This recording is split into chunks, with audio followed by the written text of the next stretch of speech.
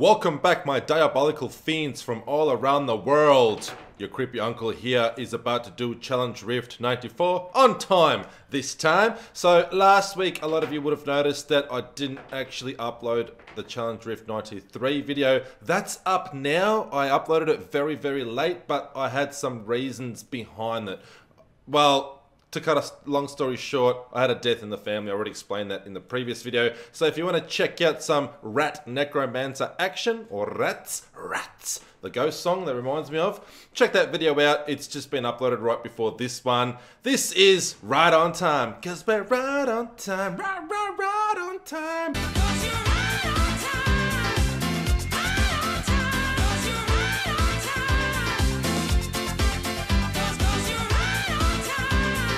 Challenge Rift 94, I can tell already it is a Barbarian, Wrath of the Wastes, Whirlwind Barbarian. The reason I know is because I'm playing a Barbarian this season, and I actually just recently uploaded an awesome speed farming guide, build guide for the Wrath of the Wastes set for the Barbarian class. It's awesome. I love that speed farming build. It can definitely rival your Demon Hunters and Monks, so check that out. I'll link that at the end of this video. You just gotta click on it. Let's check out what we are dealing with this week in Challenge Rift 94. As always, click on the soul mirror. It'll tell you everything you need to know. Obviously, it's a 6 pieces Wrath of the Waste set. For those of you that aren't aware how this set works, for 2 pieces, your bonus is increase the damage per second of rend by 500% and its duration for 15 seconds. Now, for my speed farming Barbarian, I don't actually use rend. It takes away from a lot of the actual mechanics that are developed around that specific speed farming Whirlwind Barbarian. But in this case, it's a little bit different. It's not quite set up like my Whirlwind Barbarian. Either way, it's gonna work, and this player has obviously chosen to take advantage of the rend damage bonus there.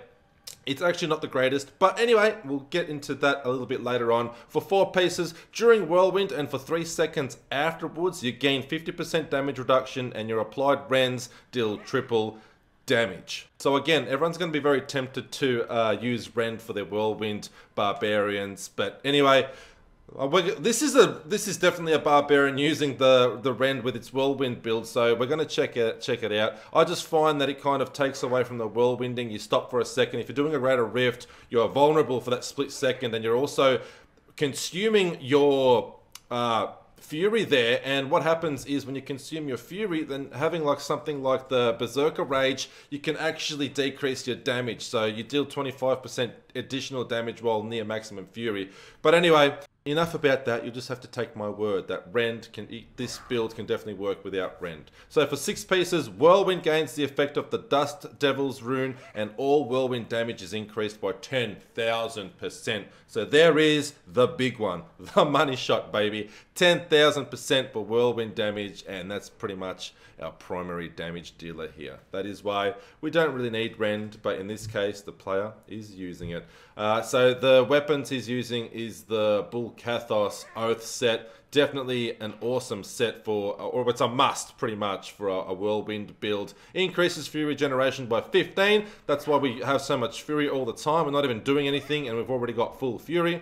And during Whirlwind, you gain 45% increased attack speed and movement speed. So definitely something awesome to take advantage of. And we're going to pretty much, if you're good at holding down a button, which is the Whirlwind button, then you're pretty much going to be able to pass this Challenge Rift no problem. It is a little bit squishy, but make sure you keep holding down that Whirlwind button. Don't be tempted to let go, because what happens is your Taeguk, the legendary gem, it'll always be active and it'll be at full stacks as you're progressing through the Challenge Rift. That is what happens if you're holding down the Whirlwind button. The other gems that we're using, I might as well mention, Bane of the Stricken and Pain Enhancer. So what I was saying was, as you can see, Taeguk there in the corner, the stacks are going up, up, up, up, up, up, up, up.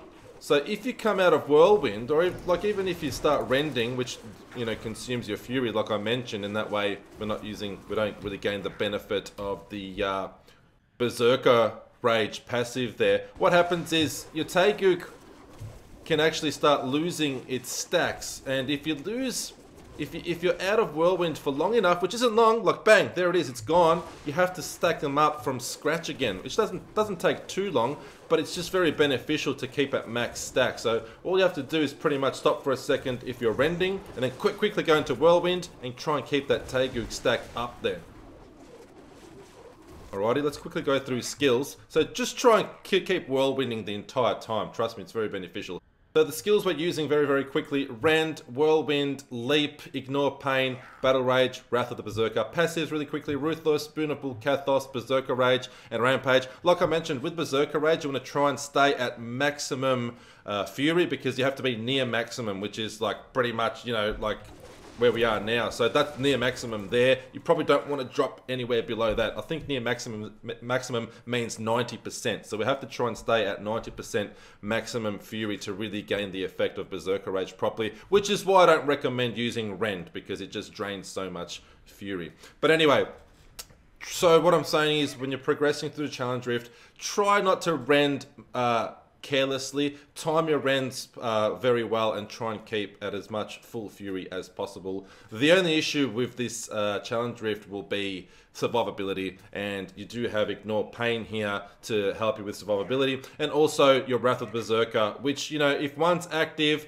then don't activate the other one. Don't activate them simultaneously, because when you're waiting for the Wrath of Berserker cooldown, you can activate Ignore Pain for survivability, and then as soon as that's down, then activate Wrath of the Berserker. And definitely time these two survivability skills, or skills that help you survive, when you come across elite packs, because they do the most damage. So what you want to do, obviously Whirlwind, you want to activate your Battle Rage there, make sure that's active, and then bang, just Whirlwind things.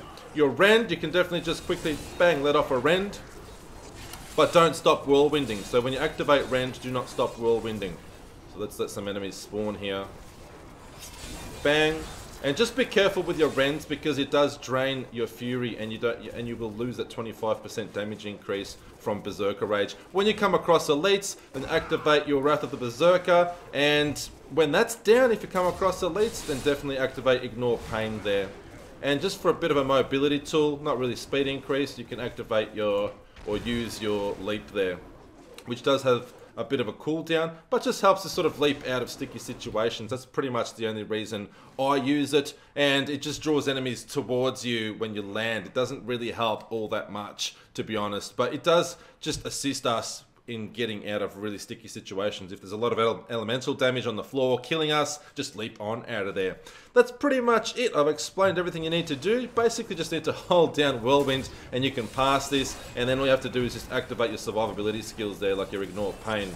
Unfortunately, the cooldown reduction isn't very good on this character, so you might die, but don't worry if you die. Just, you know, resurrect and keep on going. You got this. Alright, let's go do this together. Love you all. Thanks for tuning in. Your dear old uncle has this one done nice and early this week. It's good to be back, baby. Good to be back. Yeehaw! Alright, straight away, activate your Battle Rage. I like to leap into my enemies. And then when you come across an elite, just make sure you rend the elite just for that extra damage to down them that much quicker. And that way we keep on moving, collecting our orbs, and we get an awesome time, get our materials, keep playing our seasons, keep having fun. It's going to be awesome. As you can see, you do take quite a bit of damage there. But for the most part, you should be killing things rather quickly, and you can avoid some serious damage. Like I said, just time your Wrath of the Berserker and your Ignore Pain. And you will find yourself in situations where they're both on cooldown. You just gotta either hope for the best that you come across a pylon, avoid like this sort of elemental damage on the floor, avoid enemies' explosions, like those fat guys, the grotesque dudes. When they explode, they will kill you. They do a lot of damage exploding, so those ones just there. And basically just keep on moving. Just keep whirlwinding through things. That's the beauty about whirlwinds. You can actually whirlwind your way through enemies, through situations, and you should stay alive most of the time. But don't worry if you die once or twice. Like, as you can see, we're smashing through the time. Smashing. I don't know what the original runner was doing, but he sure as hell wasn't whirlwinding much by the looks of it.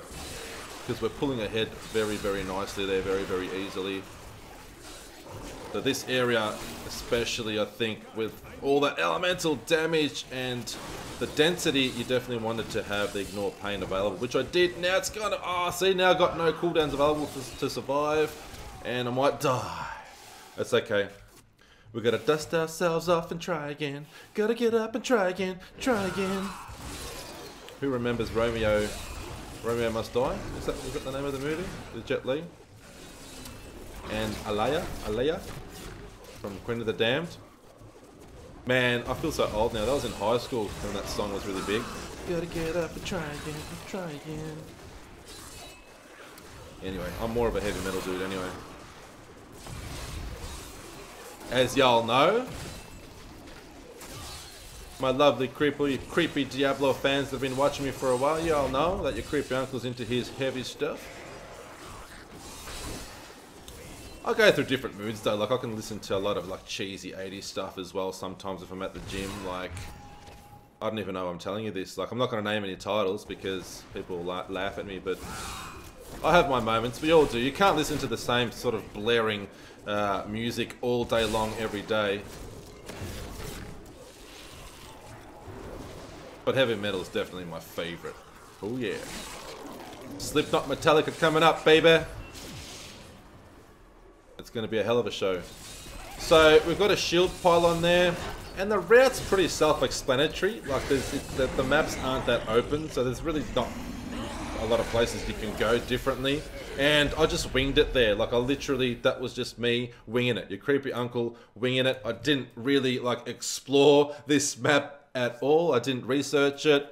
I just wanted to get this video up. As you can see, it's super easy. The mechanics are super easy as well. The only issue some people will have is survivability. But like I said, just try Whirlwind through your enemies, just up and back. Stay out of the elemental damage that might be on the floor, the explosions as well. Really avoid that. Use your Wrath of the Berserker and your Ignore Pain to really try and absorb the damage and avoid it. God damn it, I love you all. Thank you all so much for tuning in. If you want to see last week's Challenge Route video, I was super late with that because of personal, well, it was a death in the family. Like, I'm not going to hide things from you people, but I talk about that a little bit more in my previous video. So check that out. That's up as well, just for a bit of Rats Necromancer fun. Otherwise, don't forget to subscribe if you haven't already, and keep coming back to visit your favorite creepy uncle in this universe, Le 13.